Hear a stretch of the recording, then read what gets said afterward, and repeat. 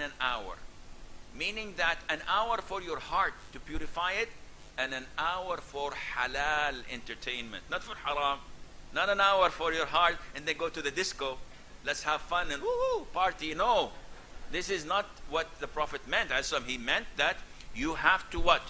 You have to attend your things that you have to do for your body. Eat, drink, make business, make money, put food on the table, see your children, have quality time, which is not related to Quran, tafsir, etc. Now, how would we know the balance? How can we tell? It's very easy. Whatever Quran and Sunnah checks the box as being balanced, it is balanced. Whatever the Quran and Sunnah tells us is good, it's good.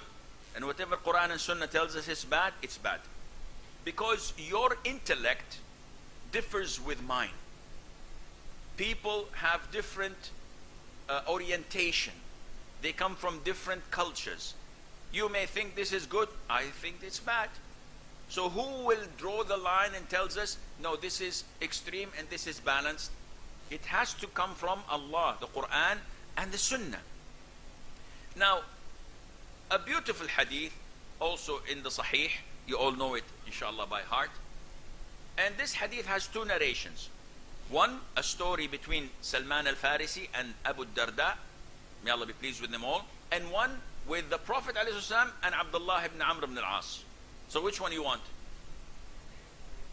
Okay, different opinion between the scholars as usual. So we'll take the one with the Prophet ﷺ, because whenever the Prophet is there, there is barakah. So Amr ibn al-As, one of the great companions of the Prophet ﷺ, who embraced Islam at the 8th year of Hijrah, yani just before Fath Makkah. So he was very late. And before that, he was a very strong enemy of Islam. He becomes a Muslim, one of the wisest men of Arabia. His son is Abdullah ibn Amr ibn al-As, one of the great narrators of the hadith.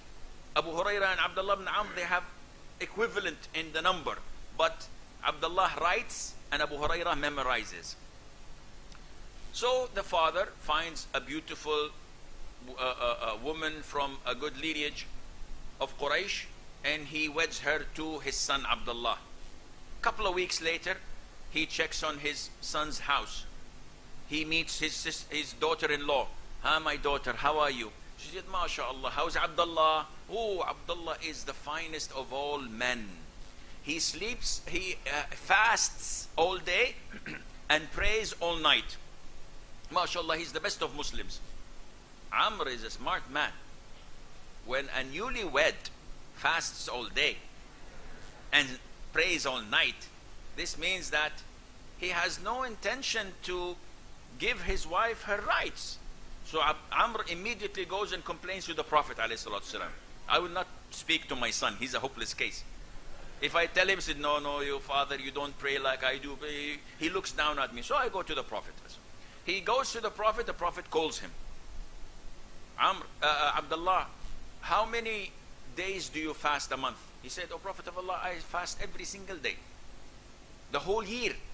Fasting every single day.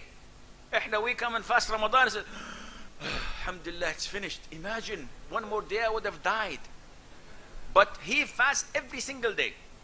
He said, "No, fast only 3 days a month." "Oh Prophet of Allah, I can do more. 7, 10, 15, that's it. Don't exceed 15 days. 1 day, 1 day off. This is the Sunnah, and this is Dawood's fasting." "Abdullah, how many hours do you pray at night?" He said, "The whole night." "Sheikh, don't you watch The Voice? Don't you?" "No, Prophet of Allah."